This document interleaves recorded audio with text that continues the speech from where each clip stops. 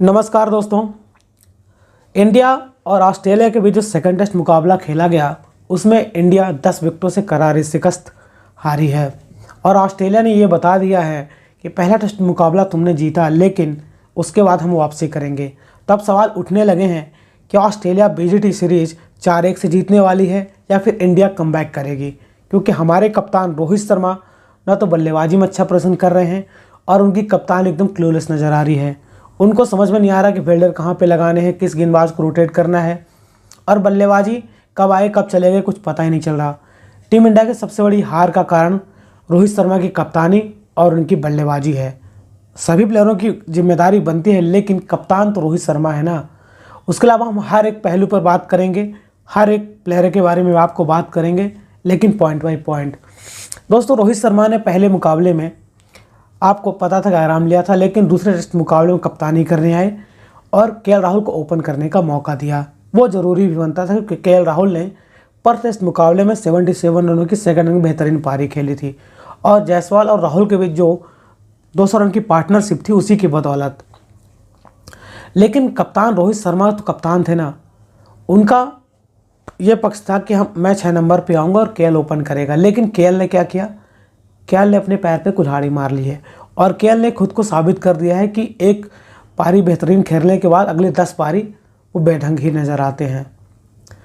पहले मुकाबले में उन पर प्रेशर कम था क्योंकि उनको पता था कि Rohit Sharma as a opener ही आएंगे, तो वहाँ पर जिम्मेदारी कम थी। वो अच्छा खेल गए, लेकिन जब दूसरे टेस्ट मुकाबले में उन पर जिम्मेदारी आई, प्रेशर आया तो बिखर गए।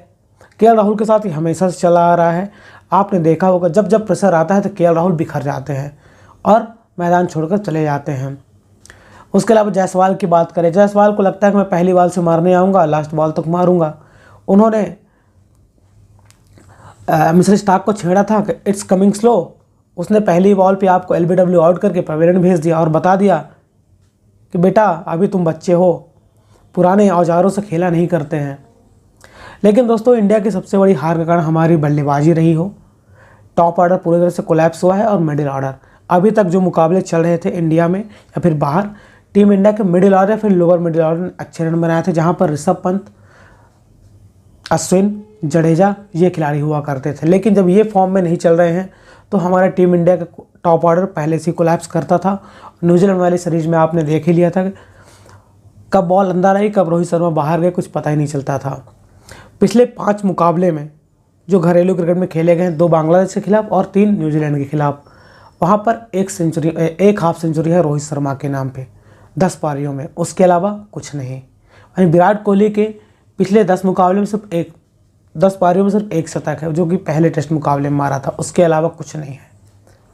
विराट कोहली पर भी उतने सवाल बनते हैं जितने रोहित शर्मा पर बनते हैं, लेकिन विराट कोहली ने पर टेस्ट मुकाबले में सेंचुरी मारी, इसलिए उनके सवाल कम हो रहे हैं। लेकिन आपको ये भी बात जानना चाहिए था कि वो पहला टेस्ट मुकाबला था, वहाँ पर जायसवाल और राहुल के बीच में 200 रनों की पार्टनरशिप हुई थी। वहाँ पर प्रेशर कम था, स्कोर बोर्ड का भी प्रेशर नहीं था और बॉल पुरानी हो चुकी थी। लेकिन एडिलेड टेस्ट मुकाबले जो पिंक बॉल का खेला गया, वहाँ पर पहला विकेट तो जल्दी गिर गया, दूसरा विकेट भी जल्दी गिर गया। वहाँ पर विराट कोहली को जिम्मेदारी लेनी चाहिए थी, लेकिन वो चौथी 5वीं स्टंप जो गेंद बाहर जाती है ऑफ साइड में, स्लिप में कैच देकर आउट हो गए। और पिछली 4 पारियाँ आप उठाकर देखो, विराट कोहली सेम कंडीशन में आउट हुए हैं। लग रहा है ऐसा कि रिप्ले चल रहा है। विराट कोहली कुछ ऐसे हाल है, रोहित शर्मा के तो हाल तो बेहाल ही है नज़र आ रहे हैं, उनकी कप्तानी एकदम लाचार नज़र आ रही है। और आपको बता दें, पिछले 4 टेस्ट मुकाबले एज कैप्टन रोहित शर्मा हारे हैं, 3 न्यूजीलैंड के खिलाफ और ये ऑस्ट्रेलिया के खिलाफ। बेहद ही शर्मनाक रिकॉर्ड है। देखिए, रोहित शर्मा की सबसे बड़ी बात यह है कि अगर उनकी बल्लेबाजी में कॉन्फिडेंस नहीं है तो ये रिफ्लेक्ट होती है उनकी कप्तानी में।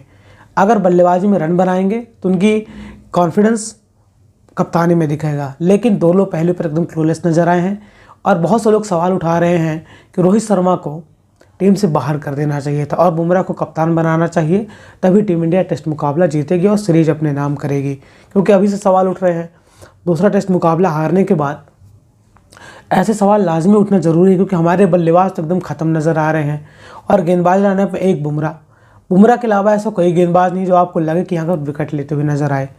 सिराज सिर्फ अग्रेसन दिखाते हैं, ट्रेविस हेड को अग्रेसन दिखा रहे थे। क्या मतलब अग्रेसन का? 140 रन बनाकर जा रहा है वो बंदा। जितना आप सभी मिलकर बनाते हो उतना ट्रेविस हेड ने अकेले बनाया था। और आपने उसका एक कैच भी छोड़ा था 80 रनों पर जब थे। देखिए, फालतू का अग्रेशन तब अच्छा लगता है जब आपने कुछ अच्छा प्रदर्शन किया हो और टीम इंडिया मैच जीत रही हो। उसके बाद सवाल उठे प्रेस कॉन्फ्रेंस में, ट्रेविस हेड से पूछा गया कि क्या हुआ था, तो ट्रेविस हेड ने बोला था कि मैंने उसको वेल प्लेड बोला था, वेल बॉल बोला था। लेकिन उसके बाद सिराज आते हैं आज, और सिराज ने बोला कि उसने गाली दी थी, तो फिर मैंने भी गाली दी। यहाँ पर ट्रेविस हेड का झूठ पकड़ा जाता है, क्योंकि अगर कुछ ऐसा होता तो ऑस्ट्रेलियन मीडिया एकदम उड़ा कर रखती थी, क्योंकि ऑस्ट्रेलियन मीडिया 12th मैन का काम करती है। आपको इस बात का ध्यान रखना चाहिए था। यहाँ पर सिराज ने बहुत अच्छा किया, लेकिन अग्रेशन को कंट्रोल करना चाहिए था और अपनी परफॉर्मेंस पर ध्यान देना चाहिए था। दोस्तों, इंडिया की हार के सबसे बड़े कारण यही थे, रोहित शर्मा की कप्तानी, टीम इंडिया के बल्लेबाजों का प्रदर्शन और गेंदबाज। आपको एक बात बता दें, हर्षित राणा ने पहले मुकाबले में काफ़ी अच्छी गेंदबाजी की थी और ब्रेक थ्रू दिलाया था, इंपॉर्टेंट विकेट लिए थे। ट्रेविस हेड का बॉल तो आपको याद ही होगा, लेकिन दूसरे टेस्ट मुकाबले में उनको इनएक्सपीरियंस दिखा है। और अब पता चला है कि पहला टेस्ट मुकाबले में जोश जोश में आ गए, लेकिन दूसरे टेस्ट मुकाबले में अगर आप टेस्ट मुकाबला खेल रहे हो तो वहाँ पर सिचुएशन को समझना पड़ता है, कंडीशन समझनी पड़ती है, उसके हिसाब से गेंदबाजी करनी पड़ती है। हर्षित राणा लगातार शॉर्ट बॉल कर रहे थे और ऑस्ट्रेलिया के बॉलर उनको जमकर चौके मार रहे थे। आप अंदाज़ा लगाइए, उनको 5 के रन रेट से रन पड़े हैं। ये टेस्ट मुकाबला चल रहा है, वनडे मुकाबला नहीं चल रहा है।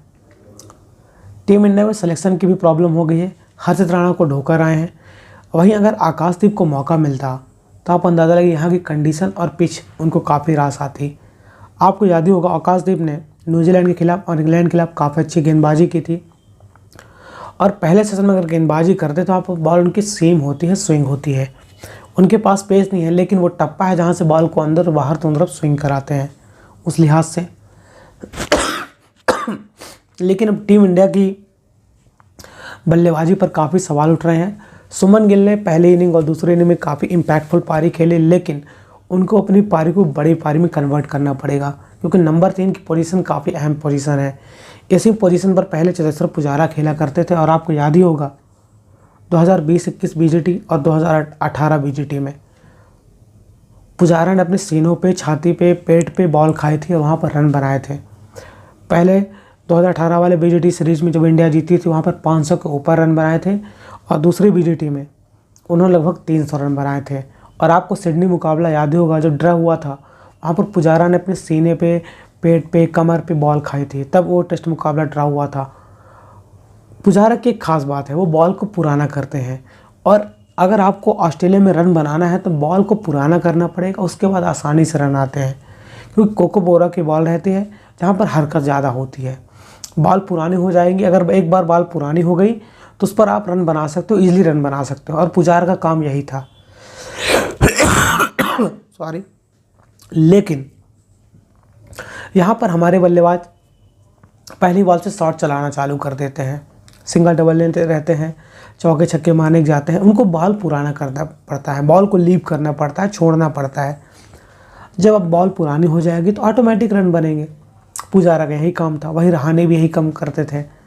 2021 में टीम इंडिया जो बीजीटी जीती थी, वहाँ पर मेलबर्न में अजिंक्य रहाणे का शतक था। एज ए कप्तान आ रहे थे, क्योंकि विराट कोहली पहले मुकाबले के बाद वापस जा चुके थे, जो एडिलेड पिंक बॉल का ही था। 36 ऑल आउट के बाद सोचिए रहाणे पर कितना प्रेशर रहा होगा। एज ए प्लेयर और एज ए कप्तान उन्होंने दोनों पहलू पर अपनी जिम्मेदारी निभाई थी। देखिए, 2 हमारे लिए इम्पॉर्टेंट प्लेयर थे, चेतेश्वर पुजारा नंबर 3 पर और रहाणे नंबर 5 पर। लेकिन इनकी कुछ परफॉर्मेंस की वजह से इनको ड्रॉप कर दिया गया और नए प्लेयरों को मौका मिला है। तो इन प्लेयरों को सीखना चाहिए था कि पुजारा ने बॉल को पुराना किया है और लगातार रन बनाए हैं, लेकिन जायसवाल और गिल के साथ ऐसा नहीं है। जायसवाल और गिल ऐसे बल्लेबाज जो चलाकर बल्लेबाजी करते हैं।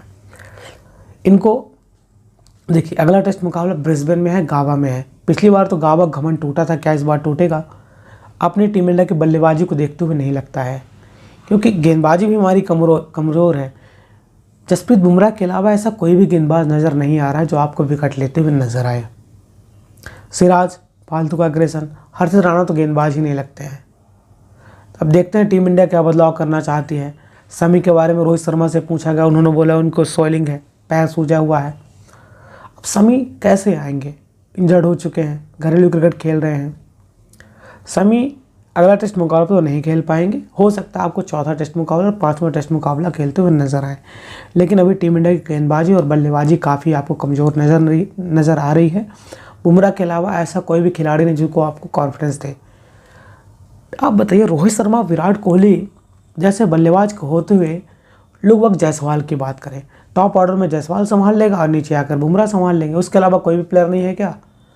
11 प्लेयर खेलते हैं, हर प्लेयर को अपनी जिम्मेदारी लेनी पड़ती है। नीतीश रेड्डी ने दोनों टेस्ट मुकाबले में दिखा दिया, सबसे बेहतरीन औसत है और सबसे बेहतरीन बल्लेबाज नज़र आए हैं। क्या कहने उनके लिए काफ़ी अच्छा है।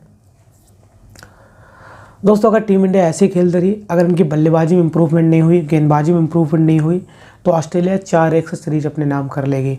आपको क्या लगता है? आप अपनी कमेंट में राय दें। क्या रोहित शर्मा को टॉप ऑर्डर में ओपनिंग करना चाहिए, फिर नीचे आना चाहिए? आप अपनी राय बताएं। और कप्तानी किसको करनी चाहिए? क्या टीम इंडिया मुकाबला जीतेगी या नहीं जीतेगी? आप कमेंट बॉक्स में अपनी राय दें। और ऐसी खबर के लिए हमारे चैनल को सब्सक्राइब करें और नोटिफिकेशन घंटी बजाना बिल्कुल ना भूलें। जय श्री राम।